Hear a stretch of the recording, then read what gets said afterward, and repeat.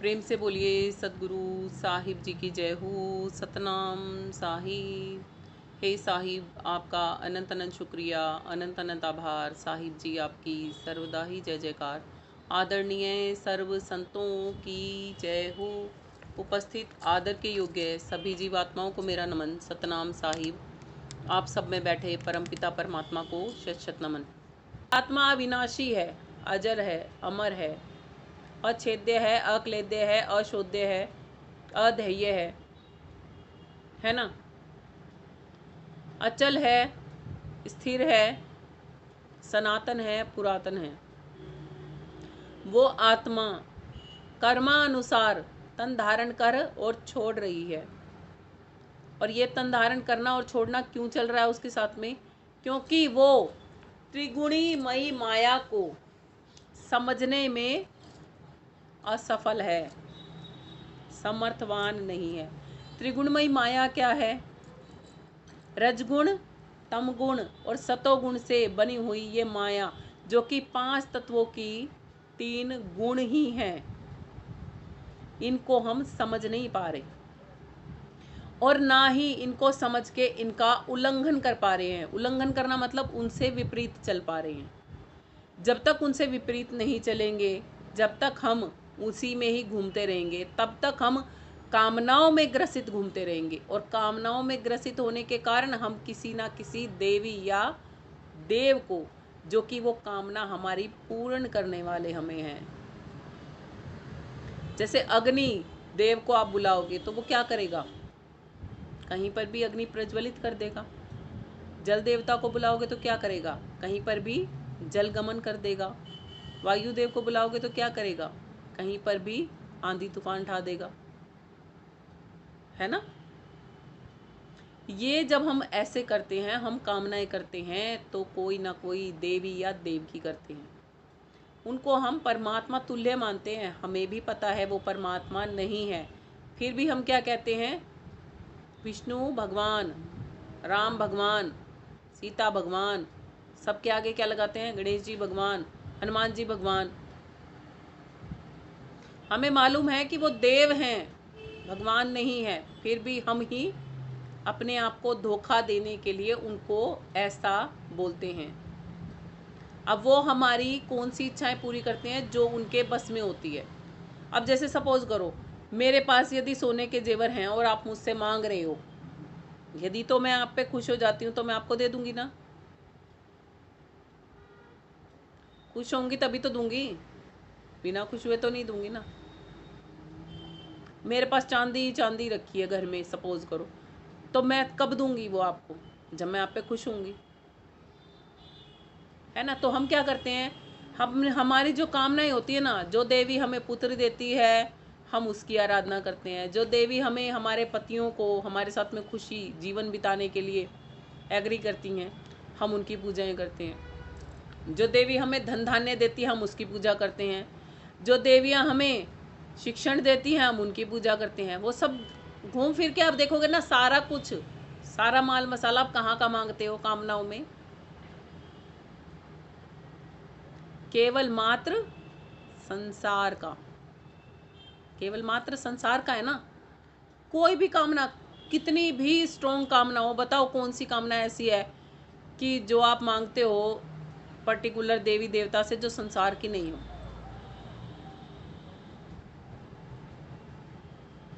है कोई कामना ऐसी? ये काम एक बारी मैंने किया था कि एक बारी देवी के दरबार में जाके बोली, मुझे तो भगवान से मिलना है। तो उसी दिन से मेरा रास्ता बदल गया था। फिर मैंने उससे शिकायत की अगली बार जब मैं मिली, क्योंकि मैं उन दिनों दुर्गा की और शिव जी की बहुत पूजा करा करती थी। तो मैंने कहा, जब तुझसे भगवान मिलना ही नहीं था तो तूने मुझे इतने टाइम तक रोक के क्यों रखा? कह रही, पहले तूने कामना ही नहीं की थी। जब हमारी जैसी इच्छा होती है ना, देखो इसीलिए कहा जाता है जहाँ चाहा वहाँ राहा। आप अपनी सब जने इच्छाएं टटोल सकते हो, केवल उन्हीं आत्माओं को परमात्मा मिलता है इस धरा धाम पे, इस मृत्यु लोक में, जो परमात्मा को किसी ना किसी रूप में पक्का चाहती हैं शिद्दत से कि हे परमात्मा हमें केवल तू चाहिए, तेरे अलावा कुछ नहीं। जिनका इतना डिटर्मिनेशन होता है ना कि परमात्मा के अलावा कुछ नहीं, एक बारी भी ये संकल्प आपके अंदर जरूर चला होगा, तभी आप एक शब्द भेदी संत से मिले होगे। यदि आपके अंदर में ये बात कभी नहीं आई होगी ना, तो हो ही नहीं सकता कि आपको एक शब्द भेदी संत आपके जीवन में आ जाए।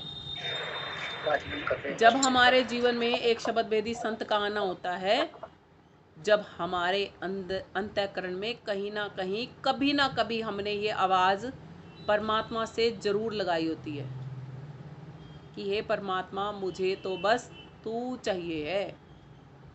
कैसे मिलेगा मैं नहीं जानती।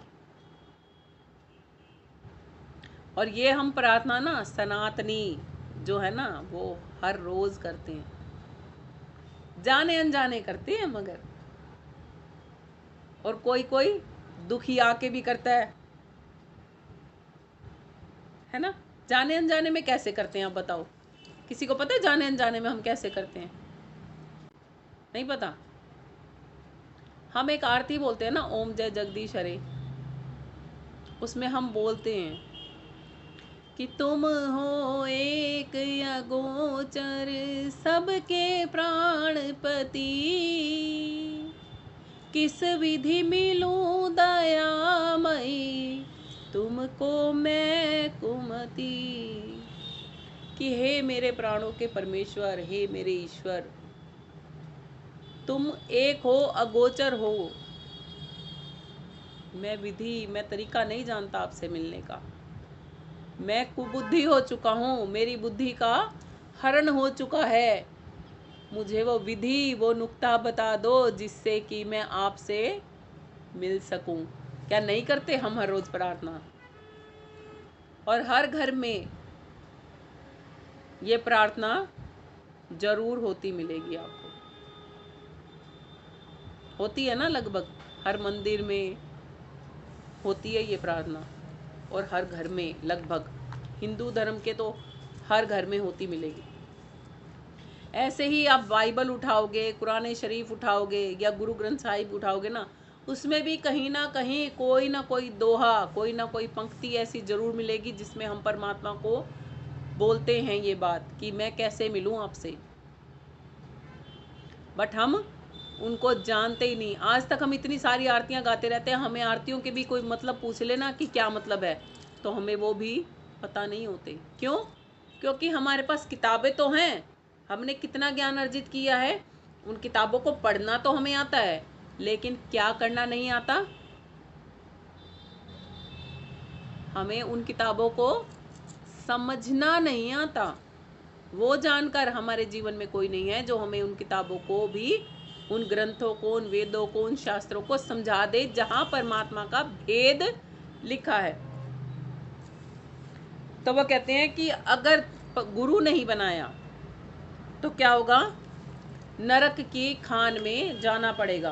कहते हैं गुरु बिन माला को सटकावे।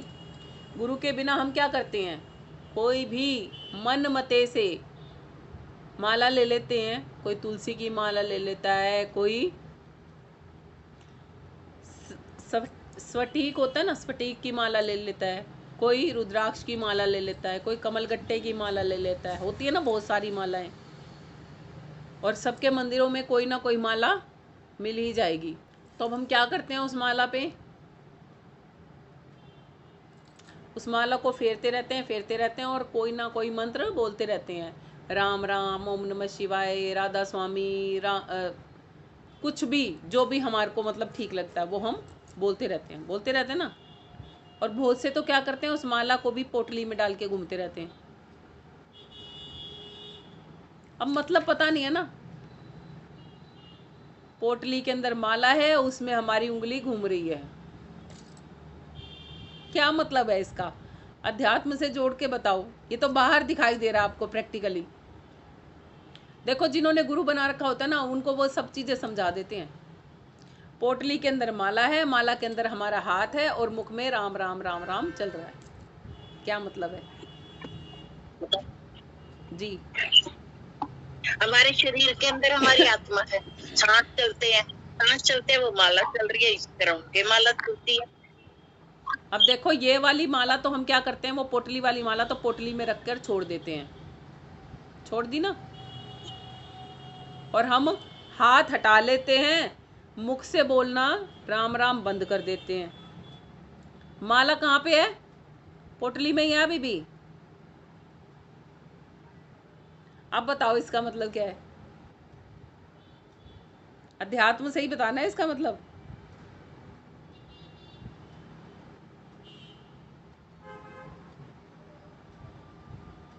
चाहे बोले चाहे ना बोले, सांसों की माला तो शरीर में ही चलेगी। नहीं जी नहीं, अब गड़बड़ हो गई ना यहाँ पे।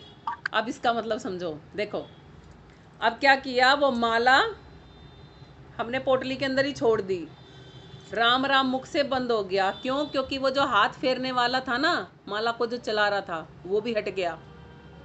यानी कि यहाँ से श्वासें, श्वासों रूपी ये अंदर रखिए ना पोटली में, श्वासें खींचने वाला प्रणव उड़ गया, हाथ हट गया, और मुख से बोलने वाला जो राम राम था वो भी चला गया। यानी कि जो इसको पावर दे रहा था प्रणव बन के, वो जो पावर दे रहा था वो भी चला गया। तब ये सांसें चलेंगी क्या?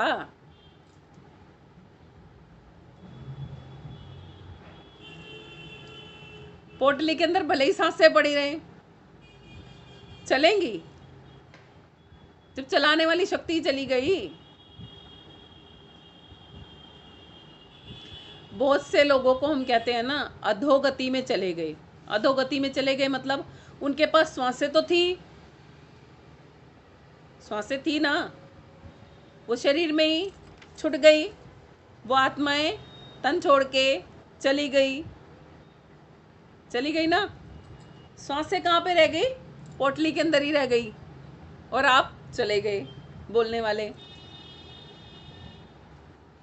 आगे समझ में क्या मतलब है?